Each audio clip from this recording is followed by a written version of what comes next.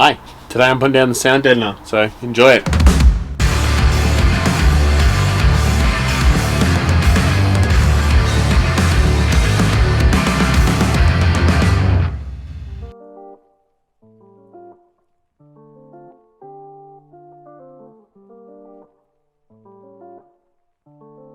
Alright, so I'm going to try something. I've shaved down the edges of this. They were a little bit sharp and I just kept seeming to get splits. So we'll see how the rest of this sheet goes with this, and then who knows, I might even take a little bit more. To give you context, if that's one of the ribs, it is pretty tight in there, and I just kind of want it to be a little bit more round, just so I'm not forcing those edges down and splitting them.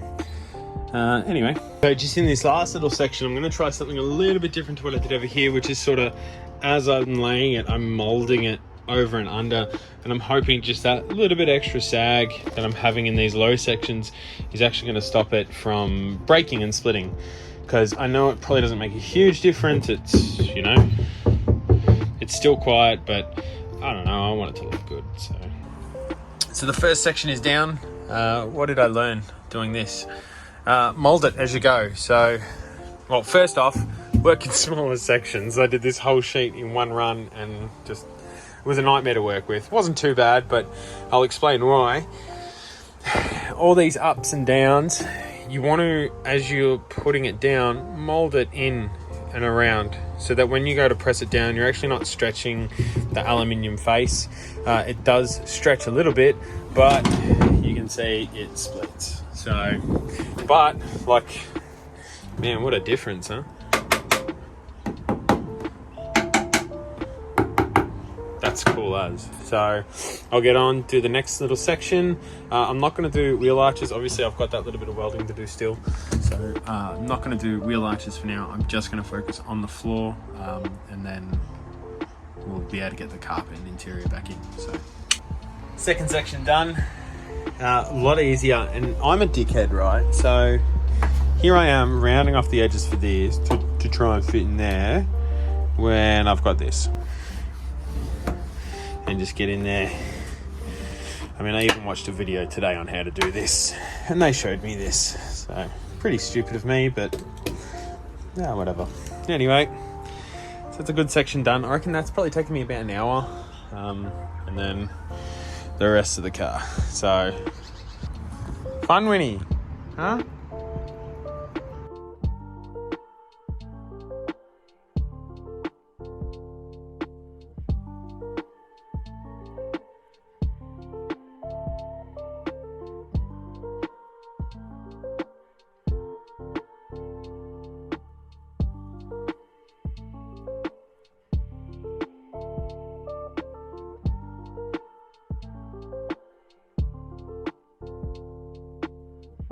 So obviously I've pulled this out. I'm gonna just get rid of it.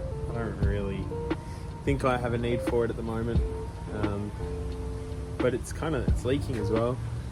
So, and it's like rusted out hard. So I don't know. I don't know if anyone makes parts to fix these up, but maybe if I can get it in a better nick, I'll put it back in. But I don't know. I don't have a use for it, so out it comes.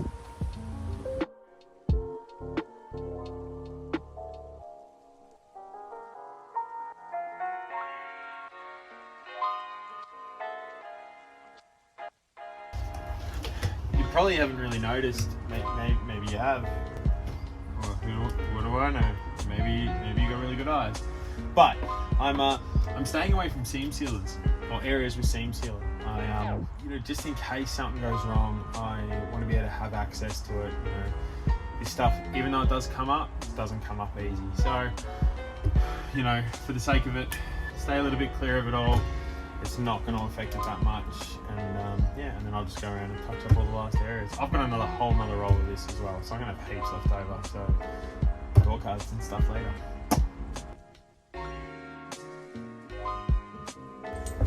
Look, there are concessions when you don't use Dynamat car builders. This is probably one of them. Oh no, wait, fix it. So for context, full boot, all the rear seats and one driver's seat and just a little bit up this tunnel here. That's one roll of this stuff. So I did buy a second roll, which is good. Obviously I've got small little areas to tidy up. Once that is welded closed, I will do the wheel arches. Even though old mate here, hello. Even though old mate here, what'd you do? Did you eat the vinyl covers for my wheels? From my ups? I think you did. I think you did eat them, didn't ya? You brat.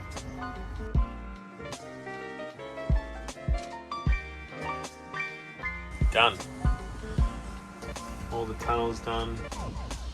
Everything's in. There's a couple of gaps that could have been better. I'll probably put something in here. I tried to get under all the seat holders. Trying to keeping all the bolts free. I think I got them all. And all the seams free, obviously, just in case.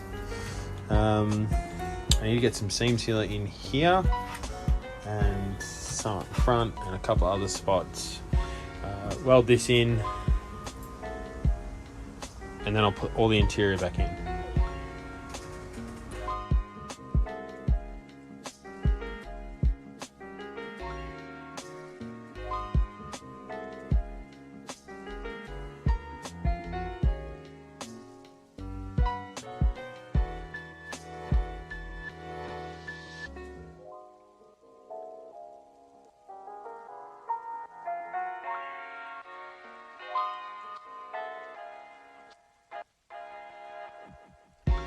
Oh boy, insulation's down.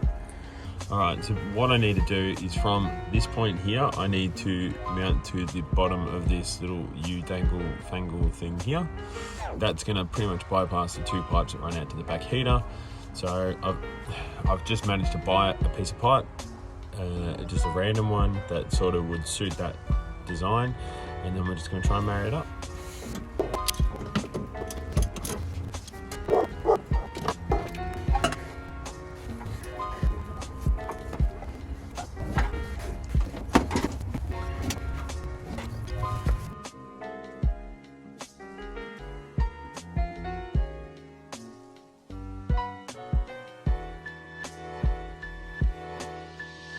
Alright, that's done.